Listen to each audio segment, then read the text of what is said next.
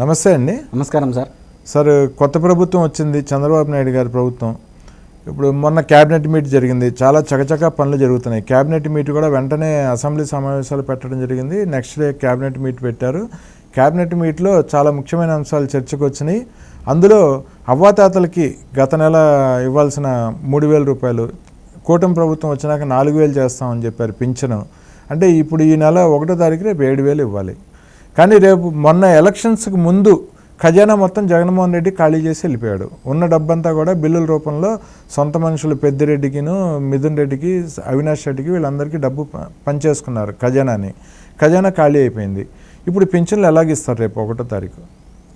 మీరు డబ్బు లేకపోయినప్పటికీ కొత్త ప్రభుత్వము 7,000 రూపాయలు ఎలా ఇస్తుంది పింఛన్ అని చెప్పేసి గత ప్రభుత్వ నాయకులు అంటే ప్రతిపక్ష నాయకులకు ఒక అనుమానం కలిగింది. అవును, మీరే చెప్పారు గతంలో ఖజానాలో రూపాయి లేదని చెప్పాను.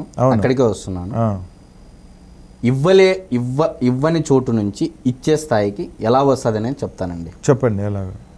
గత ప్రభుత్వంలో ఏపీ డిజిటల్ కార్పొరేషన్ పేరుతో మామూలుగా 2018 నుంచి 2019లో అంటే చంద్రబాబు నాయుడు గారు అప్పట్లో పరిపాలించిన కాలంలో 2018 నుంచి 19 వరకు సంవత్సర కాలానికి గాను అవుట్ సోర్సింగ్ ఉద్యోగుల ఖర్చు 864 కోట్ల రూపాయలు. ఓకేనండి.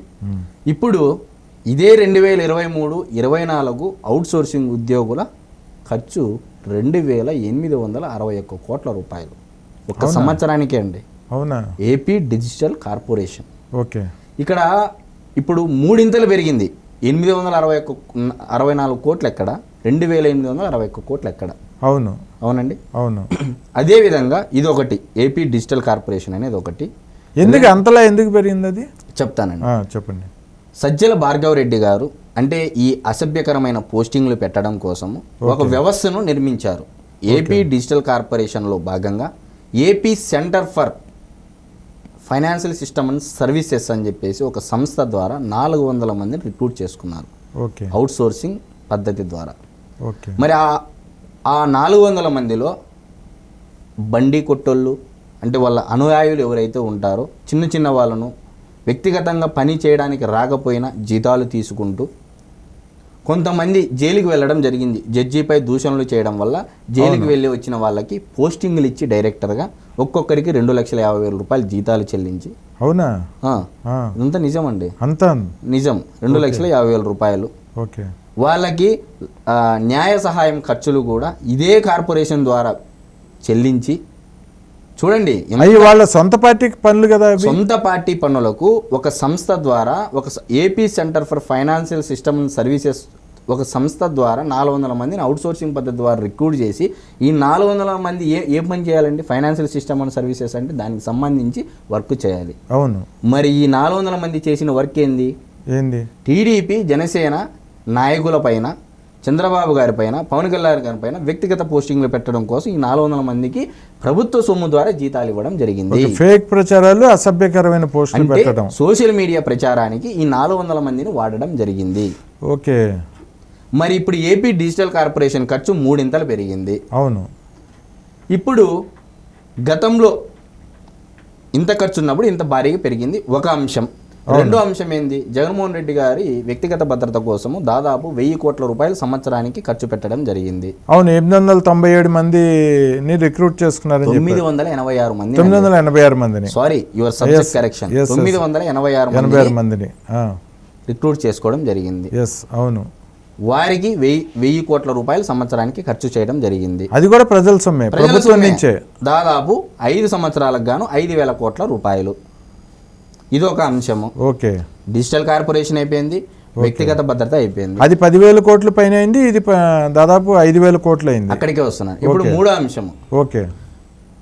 సాక్షి పేపర్కు యాడ్స్ రూపంలో కానీ, సాక్షి పేపరు సర్క్యులేషన్ అంటే పంచడానికి గాను గ్రామ వార్డు సచివాలయాలకి వాళ్ళకి ఇష్టం లేకపోయినప్పటికీ సర్క్యులేషన్ ఇవ్వడం కోసము దాదాపు నెలకు 135 కోట్ల రూపాయల ప్రభుత్వ సొమ్మును పేపర్ కొనేవాళ్ళు పేపర్ కొనడానికి ఓకే, ప్రభుత్వమే వీళ్ళ ద్వారా బలవంతంగా కొనిపించే ప్రయత్నం చేశారు. ఓకే, ప్రభుత్వ సొమ్ముతో కొన్నారు ఆ పేపర్. 135 కోట్ల రూపాయలు అవి కూడా ప్రభుత్వమే చెల్లించింది. అదే ఇప్పుడు పింఛన్ 7,000 రూపాయలు ఎలా ఇస్తారు ఇప్పుడు ఉన్నటువంటి తెలుగుదేశం కూటమి ప్రభుత్వం అని ఒక ప్రశ్న ఉత్పన్నమైనప్పుడు ఇప్పుడు ఈ 3 అంశాల ద్వారా ఏపీ డిజిటల్ కార్పొరేషన్లో 2,861 కోట్ల రూపాయలు అంటే ఎక్స్ట్రాగా ఒక సంస్థ ద్వారా 400 మందిని రిక్రూట్ చేసి ఇప్పుడు ఈ 400 మందిని తీసేస్తే 2,861 కోట్ల రూపాయలు మిగులుతుంది. అవును, పోయా.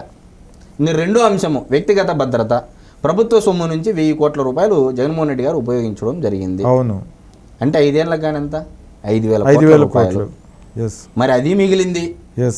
మరి అదే రకంగా ఇప్పుడు సాక్షి మీడియాకు దాదాపు యాడ్స్ రూపంలోనే 1,000 కోట్ల రూపాయలు అని చెప్పేసి పేపర్లో రావడం జరిగింది. అవును, మరి అది మిగిలింది. మరి అదే రకంగా ఇప్పుడు మనం ఈ 3 పద్ధతుల్లో చూసుకున్నట్టయితే ఇప్పుడు సాక్షి పేపర్ కొనడానికి 135 కోట్లు అన్నారు. అదైతే మరి సంవత్సరానికి దాదాపు 17 అంటున్నానండి. ఎంత మేర మిగిలిద్ది ప్రభుత్వ ఖజానాకు సొమ్ము. అదే విధంగా జగన్మోహన్ రెడ్డి గారికి సలహాదారులకు నెల 20 కోట్ల రూపాయలు సలహాదారుల జీతం మాత్రమేనండి. మరి వారి ఏ ఇతర రూపేనా ప్రభుత్వ సొమ్మును తీసుకున్నారనేది ఇంకా రావాల్సింది. జీతం మాత్రమే నేను చెప్తా ఉన్నాను. 20 కోట్ల రూపాయలు నెల మిగిలింది. అంటే సంవత్సరానికి ఎంత అండి? 240 కోట్ల రూపాయలు. మరి ఎందుకు ఇవ్వకూడదండి పెన్షన్లు? కరెక్ట్. ఇప్పుడు ఈ 4 అంశాల ద్వారా ఏదైతే ఏపీ డిజిటల్ కార్పొరేషన్ ద్వారా సంవత్సరానికి 1,861 కోట్ల రూపాయలు దోపిడీ జరిగింది. మరి అది 5 ఏళ్ళకి ఎంత అవుతుంది? జగన్మోహన్ రెడ్డి గారి వ్యక్తిగత భద్రత కోసం ఏదైతే ప్రభుత్వ సొమ్ము నుంచి ఖర్చు చేశారో అది ఎంత సొమ్ము మిగిలిద్ది? అదే విధంగా సాక్షి పేపర్కి సంబంధించిన యాడ్స్ సర్క్యులేషన్ అది ఎంత సొమ్ము మిగిలిద్ది? సలహాదారుల మిగులు సొమ్ము ఎంత మిగిలిద్ది ఖజానాకు? దీంతో పాటు పార్టీ ఆఫీసులు కట్టుకోవడానికి కూడా ప్రభుత్వ సొమ్మునే ఉపయోగించారని చెప్తున్నారు. ఇది ఒక రాంకీ సంస్థకి ఇవ్వడం జరిగింది. ఫిట్ ప్రోకో, నీకు ఇది చేస్తే నాకు అది చెయ్యి. అది ఒక కుంభకోణము. త్వరలో మనం అది కూడా చెప్పడం జరుగుతుంది విత్ ఎవిడెన్స్ తో. ఇప్పుడు మీరు ఏమన్నారు? పెన్షన్స్ ఎలా పంపిణీ చేస్తారో అన్నారు. Then you have the answer. Correct. అంటే ఈ దోపిడీ జగన్మోహన్ రెడ్డి దోపిడీ ఆగిపోతే ఆ డబ్బుతో పెన్షన్లు హ్యాపీగా ఇచ్చేయచ్చు. ఎందుకు ఇవ్వకూడదు? అన్నా క్యాంటీన్లు కూడా నడపచ్చండి. 5 రూపాయలకి భోజనం పెట్టచ్చు. జగన్మోహన్ రెడ్డి గారి వ్యక్తిగత భద్రత కోసం చేసిన దాని మీద మండలానికి ఒక అన్నా క్యాంటీన్ పెట్టి కడుపు నిండా అన్నం పెట్టచ్చు పేదలకి. అవునండి, కరెక్ట్. మంచి విషయాన్ని తెలుసుకున్నాం ఈరోజు మీ దగ్గర నుంచి.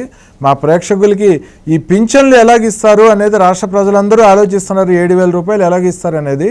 అసలు ఏ రకమైన టెన్షన్ లేకుండా జగన్మోహన్ రెడ్డి దోపిడీని అరికట్టడం ద్వారానే ఈ డబ్బు మిగిలిపోతుంది. మిగిలిపోయిన డబ్బే పంచిపెడతారని మీరు చెప్తున్నారు. మరొకసారి చెప్తున్నాను, చెప్పండి.